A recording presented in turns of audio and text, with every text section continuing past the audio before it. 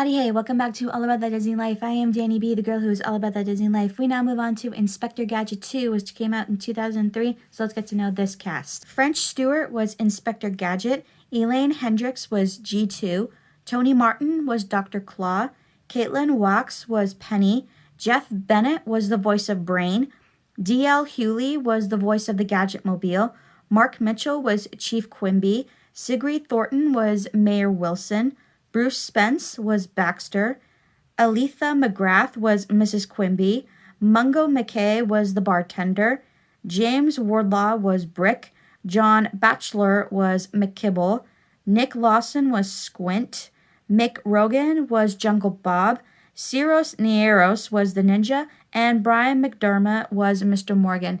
Now we move on to the facts all about Inspector Gadget 2. Number 1, the different version. This received a G rating and is considered a more faithful version of the original animated series. The characters' personalities were altered to be more in line with their cartoon counterparts, and Dr. Claw's face is never shown. Gadget and Claw are never referred to as John Brown and Sanford Scoliax, their respective civilian names from the first movie. Number 2, the production. Principal filming began in November of 2001. The movie was shot entirely in and around Brisbane, Queensland, Australia. Filming locations included the Queensland University of Technology Gardens Point campus, Queensland Parliament House, the University of Queensland St. Lucia campus, South Bank Parklands Beach, Toowong Village, Anglican Church Grammar School, and the William Jolly Bridge. And this movie was released direct-to-video on March 11th, 2003. Number 3, nominations. At the Golden Reel Awards, this movie was nominated for Best Sound Editing in a Direct-to-Video, but it lost to Bionicle Mask of Light. At the DVD Exclusive Awards, French Stewart was nominated for Best Actor in a DVD Premiere Movie, but he lost to James Earl Jones for Finder's Feed. Caitlin Wax was nominated for Best Supporting Actress in a DVD Premiere Video, but she lost to Brenda Blethyn for The Sleeping Dictionary. This movie was also nominated for Best Visual Effects in a DVD Premiere Movie, but it lost to Bionicle Mask of Light. Number 4, bonus facts. Walt Disney Pictures completely produced this sequel on its own, while the first movie was the last production of Caravan Pictures. Unlike most sequels, this movie doesn't pick up where the first movie left off, as Gadget and Brenda Bradford are no longer in a relationship. In fact, Brenda is not even mentioned or seen in this movie. There were several deleted scenes that were already filmed, and while they were not in the final movie, some of them were actually a perfect fit for the movie, leaving one to question where the scenes would fit. So here are the deleted scenes that I found. It's a list, so be patient with me as I read these. So the first deleted scene, it shows Penny has been trying to figure out who has been stealing the ice cream from the cafeteria and uses her knowledge of science to help crack the case and find the culprit, who happens to be her science teacher.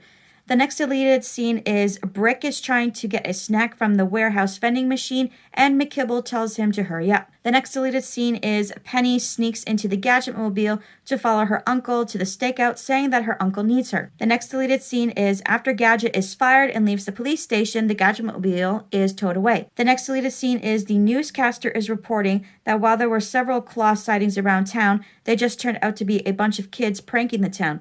The mayor warns the chief and G2 that if things don't go well at her fundraiser at the museum, the Gadget program will be shut down. The next deleted scene is that night Claw and his goons arrive, and while Gadget does recognize them, the goons just tell him they are a band called the Bad Guys.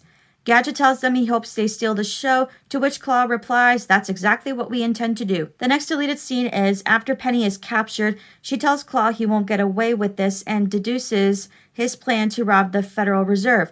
Claw then mocks Penny for the fact that she is smarter than her uncle, yet her uncle doesn't give her credit.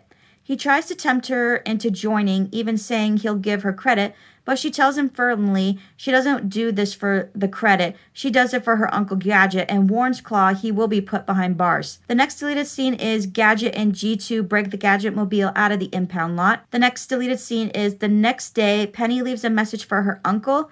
When he does eventually show up, Claw takes Penny with them to the Ray, saying she's there as their insurance policy. The next deleted scene is Gadget and G2 arrive at the factory, and at first G2 tries to kick the lock off the door, but Gadget uses his lock pick, it's a nose picker. G2 tells him he might want to find a new name for it. I would too. An alternate scene of Gadget and G2 arriving at the bank where Gadget tells Claw that Claw will have to do better than freezing time to stop him. G2 then responds, "Stop this felonious and unlawful act or we shall have to use force." And in an extended scene of Gadget chasing Claw on his scooter, this is the only deleted scene to include music, meaning it was deleted at the very last minute. Number 5, the good points and the bad points. Once again, this is based off the internet's perspective of whether this is a good sequel or a bad sequel. So for the good points, this sequel is more faithful to the original TV series. This movie is better than the original movie. This feels more like a live-action cartoon. The production is gorgeous, inventive, colorful, and fun. And everybody's saying that French Stewart is a way better Gadget than Matthew Broderick was in the first one. No offense. Now for the bad points, fans are saying that the comedy is predictable. The presentation of Claw is kind of a disappointment. They at least hide his face, but his voice, they could have at least tried to make the voice dark and scratchy like it is in the cartoon. Another bad point for the sequel is that this movie hardly shows Penny working with Brain like they usually do in the cartoon. Another bad point that a lot of people have said, they're not the same actors. Besides D.L. Hewley, who was the voice of the Gadgetmobile in this sequel and the first movie, everybody else had to be recast. And finally, the pace of the film was way too fast and lacked energy, as well as this movie felt rushed. And there you have it, all the facts to Inspector Gadget 2. If you like this video, please hit that like button and don't forget to subscribe. And I hope you have a zippity-doo-dah day. Goodbye.